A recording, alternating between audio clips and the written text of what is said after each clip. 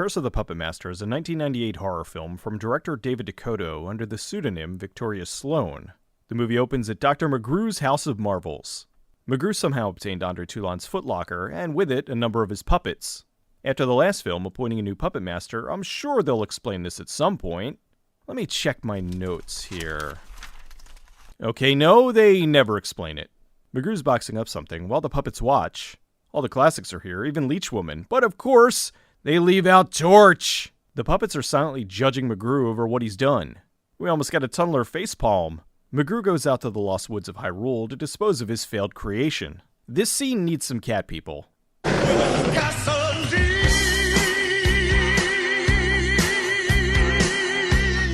Maybe he shouldn't stand so close to the fire considering he splashed gasoline all over himself. We then go to a nice long intro montage that uses puppet footage from the past 5 films. I can't help but feel that this is just to pad the runtime. 78 minutes?! Yeah, this is to pad the runtime. It's still awesome to see, though. Oh, sure, you'll show him here, but not in the actual movie. Over at McGraw's gazebo, he's having lunch with his daughter Jane. So what kind of things are they teaching young girls in college these days? Oh, the usual, like how glaciers are sexist. She asks him about his assistant Matt, and he tells her Matt left under mysterious circumstances. Over to the local gas station, we see what looks like the remains of a failed boy band. Is this O-Town? They bother the attendant Tank? What's his last name, Hankerus? The lead jerk Joey trips Tank, which upsets Jane. Why does McGrew look at Jane when he says this? Why don't you mind your own business, bitch? What did you say? A brawl almost breaks out, so the station owner finally gets involved to stop it. Jane sees the thing Tank's been making when he's not pumping gas. Better be premium. Oh, come on! What's this guy's threat here? Yeah, you better charge me as much as possible. Jane sees the Tank's some kind of wood-carving idiot savant. McGrew's impressed and talks to Tank about it. We find out his real name is Robert. How the hell did he get the name Tank? I'm Dr. McGrew. I'm not a real doctor. But I play one on TV. This is my daughter, Jane. Me Tank, you Jane. McGrew offers Robert a job that pays him more than the gas station. He happily accepts. Welcome to the House of Props, the studio had lying around. They go down to the basement to introduce Robert to the puppets. They seem to be putting a lot of faith into a guy they met an hour ago. Aren't these bars a little too far apart? Everyone except Pinhead could easily squeeze through. Make sure to get the chicken in frame! Nothing but the finest KFC combo meals for these folks. McGrew lets the puppets roam free when he's home. So they're kinda like puppies. Puppies that murder! McGrew tells Robert he didn't make the puppets, he just bought them at an auction. He has schematics to make a new puppet and needs Robert to carve it. The next day the police stop by McGrew's. This is a pretty good draw for a puppet show in the middle of nowhere. Considering 6-shooter uses real bullets, isn't this a terrible idea? The cops go to talk to McGrew. They ask him about the missing assistant. This guy's mind is blown! He tells them Matt left 2 weeks ago to care for his sick father. The cops leave and McGrew dramatically takes off his glasses. Jane's confiding in Pinhead. This sucks. I'm a murder machine, not a diary. McGrew gives Robert the schematics and the materials for the puppet. Hard, fine grain. No knots, no flaws. Perfect wood. That's what she said. Robert starts carving the wood for the puppet. Is this the prequel to The Nun? Wood carving montage! Later that night, Robert's having a nightmare. Scenes of a buff young man walking around in his underpants? Yep, it's a film from the director of the 1313 series. He can't sleep, so he's back to carving. Looks like he's working with chocolate. Jane tries to get his attention and gets a roundhouse kick to the ego. Hey, the house is on fire. I'm naked. Gosh, thanks a lot. She distracts him, which causes him to cut himself and mess up the block. They talk for a bit about his past. Well, where are you from? Who are your folks? I come from Witherspoon. Reese? This is a backhanded compliment. Got no brains for school or nothing like that. Come on. Brains are the most overrated organ that there is. She then shows him what love is. Every night this place is a thunderstorm. After the lovin's through, Jane leaves. Wow, she's the perfect girlfriend. Robert pulls the covers away to see he's having another nightmare. So did he dream all of this, including the sex? The next day, Jane has to go to town and asks him to go with her. Turns out she's a big fat liar. Since I knew that you wouldn't take one voluntarily, I decided to force you. She has all sorts of ideas for fun things to do. That face when he'd rather be carving wood than getting wood. They're walking through the woods and find the place where McGrew burned the puppet.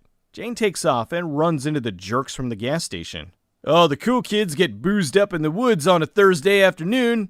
The jerks are harassing Jane when Robert shows up. Robert's finally had enough and unleashes his super, strength to strangle the jerk faces. Jane snaps him out of it and the two take off. Robert's overwhelmed because he almost killed that guy.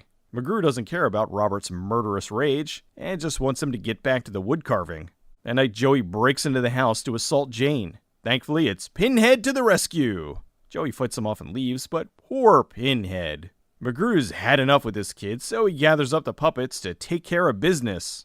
Robert gathers up Pinhead's remains and starts fixing him. Over at Joey's house, DeCoteau! McGrew lets Blade and Tunneler loose so they can take care of him. Oh no. Well, that meat certainly is tenderized. Robert shows Jane that he fixed Pinhead. Look, it's sassy Pinhead. How exactly did he fix him? He's carving wood, but Pinhead has metal components. Poor Robert's cucked by Pinhead. Well, that was so brave of you. Oh, you are my hero. Do you know that? Oh, Robert, Well, he does have big fingers. I'm glad you're not angry anymore. Wait, for what? Robert, I was angry with you. When was she angry? Robert, you're a decent man. Okay, I know from experience that there aren't a lot of guys like you out there. McGrew comes back just in time to see Robert sneaking out of Jane's room. Good thing he didn't come a few minutes earlier, or he would have witnessed something no father wants to see. This room smells like puppets and sex. McGrew's stunned that Robert fixed Pinhead. That's amazing. It's a miracle. His hands can do miracles. It's too bad I have to turn him into a puppet. What? What? The next day, Robert's sick from all this puppet building, so they put him to bed. He needs to get rid of Jane, so he has her go pick something up for the museum.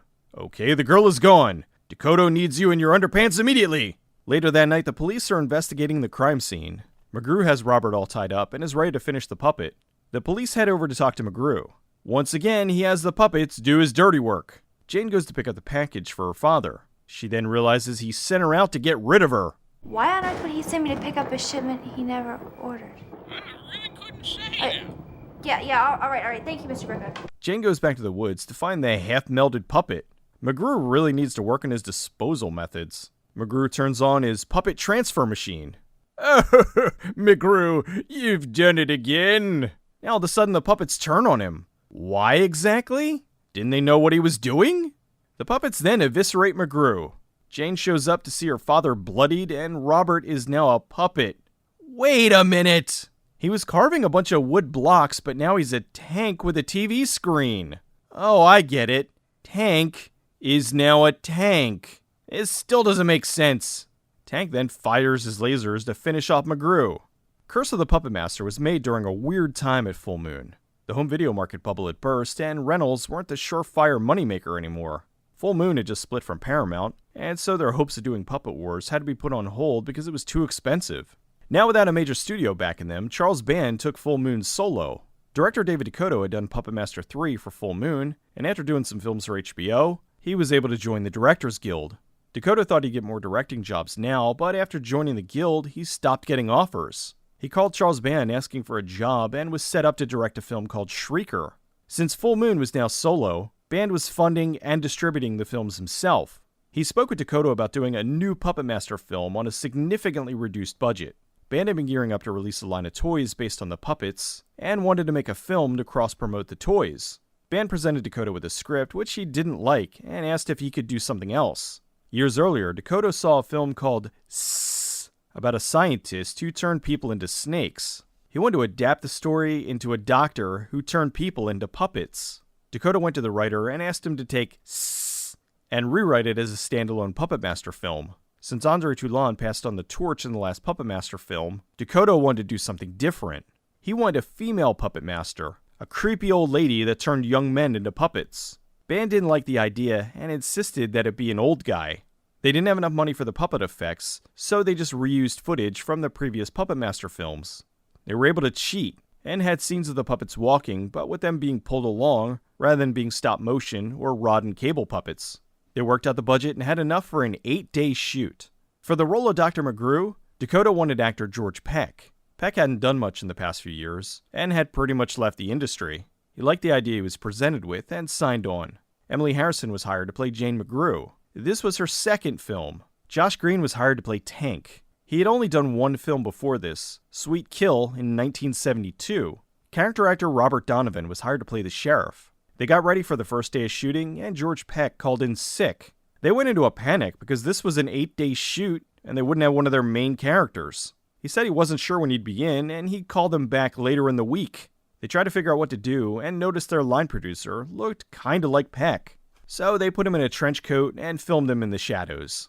Eventually, Peck came in and they completed the film. They shot for 8 days in Los Angeles on a fraction of the budget of Puppet Master 3. The film was released on home video in May of 1998. Fans of the series were upset by the new direction and the obviously cheap production. It felt like it was a downgrade in the series. Over time, fans came around to like the film, but most put it on a level well below the previous 5. Over the years, some of the footage of the film was lost. Band had been restoring the Puppet Master films to Blu-ray, but for this one, chunks of the 35mm negative was missing. In order to do a proper Blu-ray, he had to use whatever they could find to finish the film. The Blu-ray version is a composite of the 35mm negative, the original SD release, and the Digibeta videotape master. While most of the film looks great, occasionally some of the shots look like this. It's disappointing, but I'd rather have a flawed HD version of the film than none at all. Curse of the Puppet Master is an oddity. It's drastically different from the other films in the series, and is often treated as the redheaded stepchild. It's definitely a step down after the last 2, but if you're a fan of the series, it's still worth watching. It's arguably the silliest of the series, with Tank being turned into a tank, and the overwhelming use of old puppet footage. There's still a certain charm to it, and while it's one of the weakest of the series, it's also the funniest.